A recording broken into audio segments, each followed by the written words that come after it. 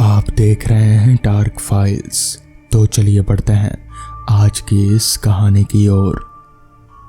बंटी परीक्षा देने के लिए गुजरात जा रहा था। ठंडी का दिन था, चारों तरफ कोहरा छाया हुआ था। आमने सामने भी कोई नहीं दिख रहा था। पूरे 15 घंटे के बाद वो गुजरात पहुंच गया।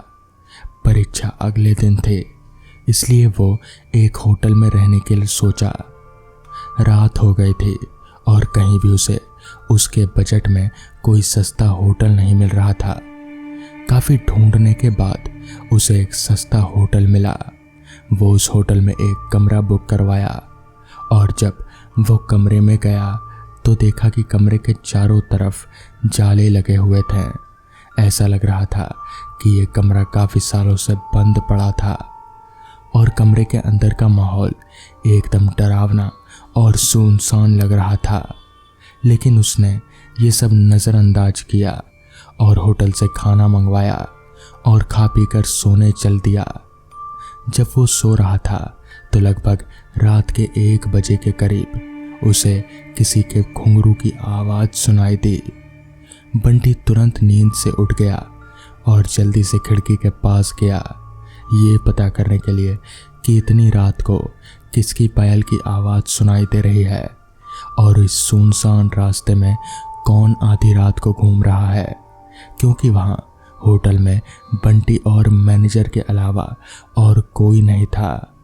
तो फिर ये किस औरत के पायल की आवाज़ है?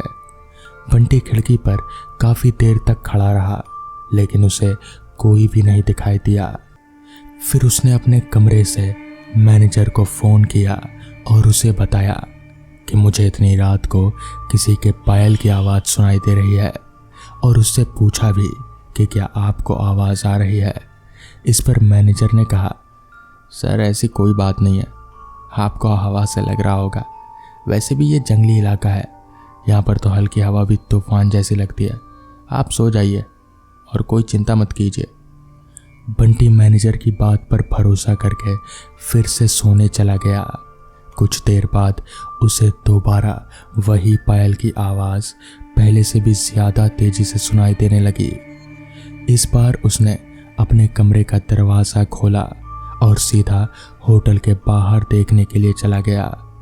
जब वो बाहर आया तो देखा कि एक काफ़ी लंबी औरत है जो सफ़ेद साड़ी पहनी हुई थी। उसके बाल काफ़ी लंबे थे और चेहरा ढका हुआ था। वो अपने हाथ में एक नारियल लेकर होटल के चारों तरफ चक्कर लगा रही थी। ऐसा लग रहा था मानो अपने पायल की आवाज़ से किसी को बुला रही हो। बंटी दौड़कर उसके पास गया कि कौन है ये औरत जो इतनी रात को यहाँ घूम रही है, लेकिन फिर वो तुरंत ही गायब हो गई और चारों तरफ कोहरा ही कोहरा फैल गया। बंटी भी थोड़ा घबरा गया, क्योंकि जिस औरत को वो सामने से देखा था वो अब गायब हो चुकी थी। बंटी ने अपने होटल में वापस जाना चाहा, लेकिन फिर से दोबारा उसे पायल की आवाज़ सुनाई देने लगी। बंटी अब उसे ढूंढते हुए जंगल की ओर जाने लगा। चलते चलते वो अपने होटल से इतनी दूर आ गया कि उसे पता ही नहीं चला। फिर उसने उस घने जंगल में कुछ ऐसा देखा कि उसका दिल दहल गया। उसने देखा कि उस औरत ने एक पीपल के पेड़ के नीचे 5-6 लाशें बिछा रखी हैं और बारी बारी से एक एक को नोच नोच कर खा रही है। उसका मुंह खून से लथपथ था और चेहरा भी एकदम डरावना था। बंटी ने जब ये सब देखा तो उसके पांव तले ज़मीन खिसक गई। ये नज़ारा देखते ही उसे डर के साथ साथ रोना भी आने लगा कि वो चुड़ैल अब उसे भी मार डालेगी, क्योंकि अपने पायल की आवाज़ से वो उसे यहाँ तक ले आई थी। लेकिन उसने हिम्मत से काम लिया और हनुमान चालीसा पढ़ते पढ़ते धीरे से वहाँ से भाग गया ताकि वो चुड़ैल उसे देख ना ले। लेकिन चुड़ैल तो चुड़ैल होती है। बंटी जैसे ही वहाँ से भागने की कोशिश किया, वो चुड़ैल अचानक से उसके सामने आ गई और उसे इशारे से अपने अड्डे पर ले जाने लगी, जहाँ पर उसने लाशें बिछा रखी थी। बंटी हनुमान जी का जाप करके इतनी तेजी से वहां से भागा कि मानो उसके अंदर किसी की शक्ति आ गई हो। भागते भागते वो अपने होटल वापस आ गया। वहां थोड़ी देर रुका तो उसे एक आदमी दिखाई दिया। उसे देखकर ऐसा लग रहा था जैसे अच्छे घर का हो। वो बंटी के पास आकर बोला, अरे क्या हुआ, इतने हाफ क्यों रहे हो? बंटी ने सारा किस्सा उस आदमी को सुनाया तो उसने बताया कि तुम बहुत किस्मत वाले हो जो आज बच गए। वो चुड़ैल किसी को नहीं छोड़ती। और तुम इस होटल में क्या कर रहे हो? इसको तो बंद हुए काफ़ी साल हो गए हैं। बंटी जब उस आदमी का बात सुना तो उससे डर के मारे पसीने निकलने लगे। फिर उस आदमी ने बताया कि इस होटल में बहुत साल पहले एक लड़की के साथ 4-5 लड़कों ने गलत हरकत किया और फिर उसे मार दिया। लड़की तो मर गई लेकिन किसी को भी नहीं छोड़ी, और जो भी रात के समय इस रास्ते से गुजरता है सबको अपने कब्जे में ले लेती है और मार देती है। और कुछ दिन बाद इस होटल पर पुलिस का छापा पड़ा, तब से यह होटल बंद है। बंटी जब उस आदमी की पूरी बातें सुना तो वो डर के मारे जोर जोर से रोने लगा। फिर वो आदमी बंटी को अपने घर ले गया। रात भर बंटी उसी के घर में रहा और फिर अगली सुबह एग्ज़ाम देकर वहाँ से निकल गया। तो दोस्तों, ये थी आज की पहली कहानी। तो चलिए बढ़ते हैं आज की दूसरी कहानी की ओर। मेरा खलासी राजू पिछले 15 मिनट से ढाबे में खाना लाने के लिए घुसा है, मगर पता नहीं क्यों वो अभी तक खाना लेकर लौटा नहीं। तेज भूख की वजह से पेट के चूहे भी मर चुके थे।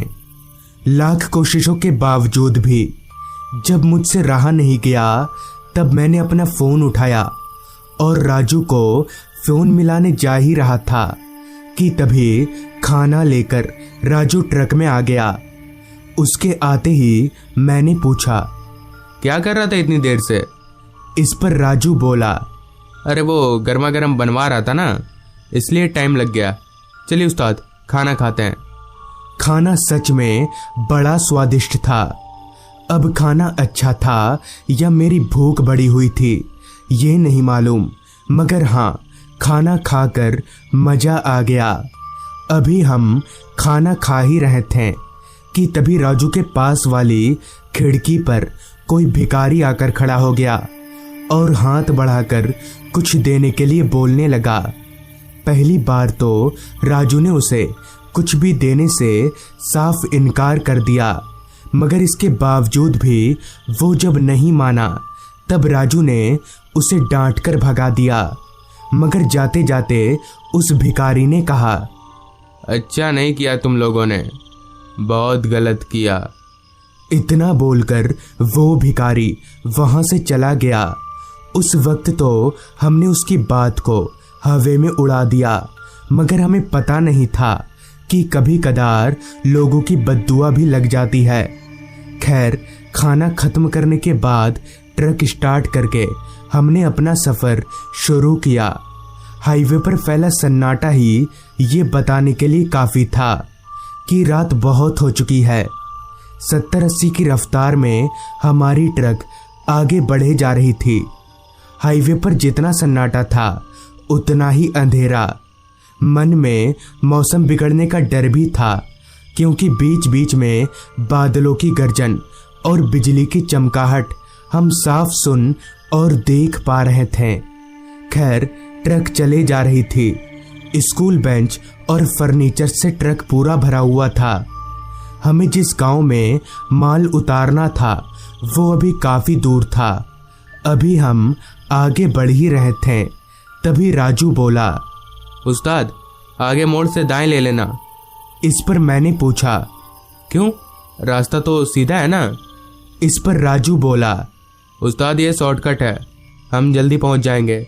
मैंने भी सोचा कि अगर थोड़ा जल्दी माल डिलीवर कर देंगे तो हमारा ही अच्छा होगा, और वैसे भी मैं बहुत बार सैकड़ों शॉर्टकट रास्तों से गुजर चुका हूँ। इसलिए मैंने भी बिना किसी अगर मगर के सामने मोड़ पर जाकर ट्रक को दाईं ओर मोड़ लिया। अब हमारे सामने जो रास्ता था वो रास्ता कम, जंगल ज्यादा लग रहा था। घने लंबे पेड़ रोड की ओर इतना झुके हुए थे कि हमारी ट्रक बार बार उन पेड़ की टहनियों से टकरा रही थी। रास्ते का ऐसा हाल देखकर मैंने राजू से पूछा, तुझे पक्का पता तो है ना कि यही है वो शॉर्टकट? इस पर राजू बोला, इधर से ही सुना था मैंने, पर ये था या इसके आगे वाला समझ नहीं आ रहा। इस पर मैंने बोला, क्या यार, जब मालूम नहीं था तो क्यों बोला यहाँ आने के लिए? अब उतना घूमकर जाना पड़ेगा। इस पर राजू बोला, नहीं उस्ताद, यही है वो रास्ता, सामने बोर्ड देखिए। राजू के कहने पर मैंने जब सामने देखा तो सड़क के किनारे पर एक बोर्ड लगा हुआ था जिस पर लिखा था बनिहार गांव 49 किलोमीटर। उस बोर्ड को देखकर मुझे थोड़ी शांति मिली और मैं बेझिझक ट्रक को भगाने लगा। मगर एक बात अभी भी खटक रही थी कि उस पूरे रास्ते पर हमारी ट्रक के अलावा और कोई गाड़ी नहीं थी, सिर्फ खामोशी और सन्नाटा। मेरी ट्रक और रात कीड़ों की आवाजें उस रास्ते की खामोशी को तोड़ने की नाकाम कोशिश कर रहे थे, लेकिन दूर दूर तक सिर्फ जंगल होने की वजह से इन छोटी मोटी आवाजें उस गहरी खामोशी का कुछ बिगाड़ नहीं पा रहे थे। उस सुनसान रास्ते पर अभी हम आगे बढ़ ही रहे थे कि तभी सामने सड़क पर हमें एक चेक पोस्ट दिखा। मगर अजीब बात तो ये थी कि उस चेक पोस्ट पर ना तो कोई पुलिस वाला था और ना ही कोई गाड़ी। चेक पोस्ट का फाटक गिरा हुआ था, लिहाजा मैंने फाटक से कुछ ही दूरी पर ट्रक रोक दिया और नीचे उतरकर फाटक की ओर बढ़ने लगे। मेरी देखा देखी राजू भी उतर चुका था। मैंने एक नज़र चारों तरफ देखा, लेकिन वहां दूर दूर तक इंसान तो दूर, एक परिंदा तलक भी दिख नहीं रहा था। जहां तक नजर जा रही थी सिर्फ खामोशी और सन्नाटा। जब बहुत खोजने के बाद भी कोई नहीं दिखा, तब मैं और राजू फाटक के पास गए और अपने हाथों की मदद से फाटक को उठाने की कोशिश करने लगे। मैंने जैसे ही फाटक को हाथ लगाया कि तभी मेरे हाथ में चिपचिपा सा कुछ लगा। मैंने जब अपनी हथेली को देखा तो मेरे होश उड़ गए, क्योंकि मेरी हथेली पर खून लगा हुआ था। मैंने अपनी हथेली को राजू की तरफ मुड़ाया। मेरी हथेली देखकर राजू बोला, क्या हुआ? क्या फाटक हटाओ? राजू से ये जवाब पाकर मैंने जब अपनी हथेली को वापस से देखा तो मैं दंग रह गया, क्योंकि मेरी हथेली पर लगा सारा खून अब गायब हो चुका था। मुझे मेरी आंखों पर यकीन नहीं हो रहा था, मगर मैंने राजू से कुछ नहीं बोला और चुपचाप फाटक उठाने में उसकी मदद करने लगा। कुछ ही देर में हम दोनों ने मिलकर फाटक उठा दिया और ट्रक लेकर आगे बढ़ गए। आगे का रास्ता और भी ज्यादा खाली था। इधर जंगल बहुत घना था, इतना कि जंगल की वजह से रोड छोटा हो गया था। तभी राजू बोला, उस्ताद, वो फाटक खाली क्यों था? इस पर मैं बोला, पता नहीं। इतना बोलकर मैं ट्रक चलाने पर ध्यान देने लगा। अभी मैं ट्रक चला ही रहा था कि तभी ट्रक के ऊपर से खटपट की कुछ आवाजें आने लगी। मुझे लगा शायद झुकी हुई पेड़ की टहनियां ट्रक से टकरा रही होंगी, मगर ऐसा नहीं था। मैंने सिर झुकाकर ऊपर की ओर देखा, लेकिन पेड़ रास्ते और ट्रक से काफी ऊपर थे। तभी मैंने राजू से बोला, यह आवाज कैसी है यार? अभी मैंने इतना कहा ही था कि तभी ट्रक की वाइंड शील्ड पर ऊपर से 2 पैर लटकते दिखे। मैं और राजू दोनों ही हैरान थे कि भला कोई चलती ट्रक के ऊपर कैसे बैठ सकता है। हालांकि उस वक्त हमें ट्रक रोक कर देखना चाहिए था, मगर हम दोनों में से कोई भी इतना हिम्मत वाला नहीं था कि ट्रक से बाहर निकलकर देख सके। मुझे समझ नहीं आ रहा था कि अब क्या करना चाहिए। तभी राजू बोला, उस्ताद ट्रक की स्पीड बढ़ा दो, जो भी होगा अपने आप गिर जाएगा। राजू की ये बात मुझे ठीक लगी और बिना कुछ सोचे समझे मैंने ट्रक की रफ्तार बढ़ा दी, लेकिन इसका कोई फायदा नहीं हुआ। वो जो कोई भी था अपनी जगह से 1 इंच भी नहीं हिला।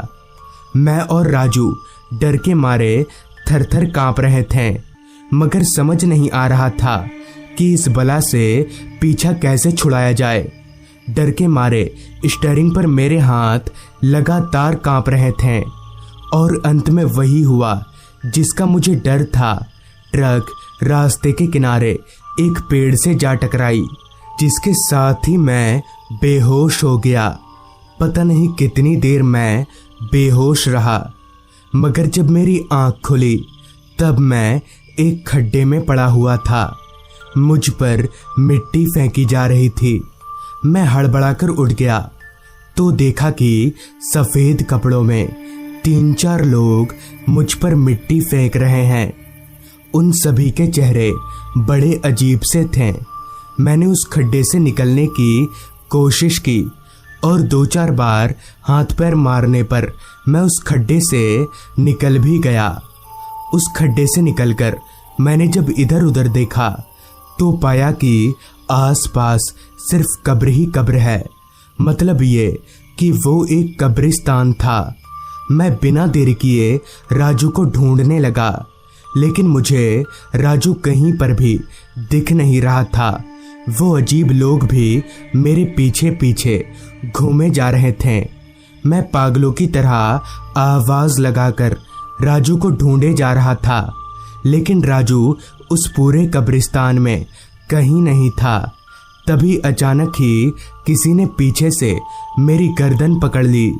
पीछे मुड़कर देखा तो वही तीनों अजीब लोग थे।